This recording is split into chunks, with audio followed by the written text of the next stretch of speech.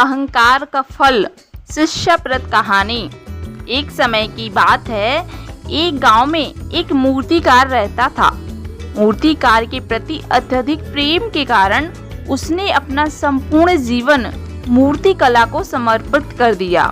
परिणामतः वह इतना पारंगत हो गया कि उसकी बनाई हुई हर मूर्ति जीवंत प्रतीत होती थी।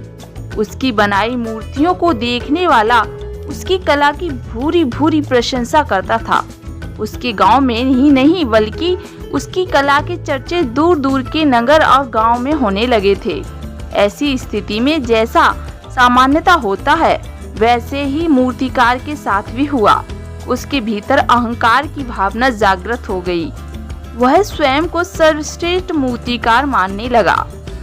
उम्र बढ़ने के साथ जब उसका अंत समय निकट आने लगा तो वह मृत्यु से बचने की युक्ति सोचने लगा।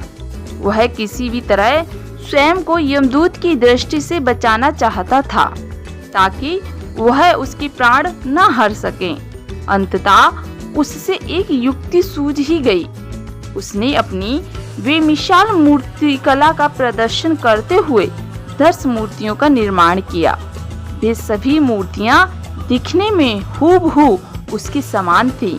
निर्मित होने के पश्चात सभी मूर्तियां इतनी जीवंत प्रतीत होने लगीं कि मूर्तियों और मूर्तिकार में कोई अंतर ही ना रहा।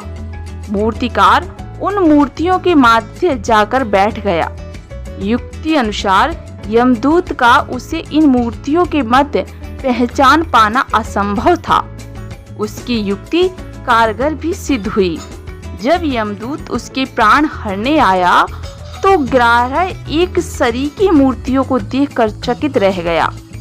वह उन मूर्तियों में अंतर कर पाने में असमर्थ था, किंतु उसे ज्ञात था कि इन्हीं मूर्तियों के मध्य मूर्तिकार छुपा बैठा है। मूर्तिकार के प्राण हरने के लिए उसकी पहचान आवश्यक थी। उसके प्राण न हर पाने का अर्थ था प्रकृति के नियम के विरुद्ध जाना। प्रकृति के नियम के अनुसार मूर्तिकार का अंत समय आ चुका था। मूर्तिकार की पहचान करने के लिए यमदूत हर मूर्ति को तोड़कर देख सकता था, किंतु वह कला का अपमान नहीं करना चाहता था। इसलिए इस समस्या का उसने एक अलग ही तोड़ निकाला। उसे मूर्तिकार के अहंकार का बोध था। अंततः उसके अहंकार पर चोट करते हुए वह बोला, वास्तव में सब मूर्तियां कलात्मक और सौंदर्य का अद्भुत संगम है, किंतु मूर्तिकार एक त्रुटि कर बैठा। यदि वो मेरे सम्मुख होता तो मैं उसे उस त्रुटि से अवगत करा पाता। अपनी मूर्ति में त्रुटि की बात सुन अहंकारी मूर्तिकार का अहंकार जाग गया। उससे रहा नहीं गया और झट से अपने स्थान से उठ बैठा और यमदूत से बोला, त्रुटि? असंभव। मेरी बनाई हुई मूर्तियां सर्वदा त्रुटिहीन होती हैं। यमदूत की युक्ति काम कर चुकी थी।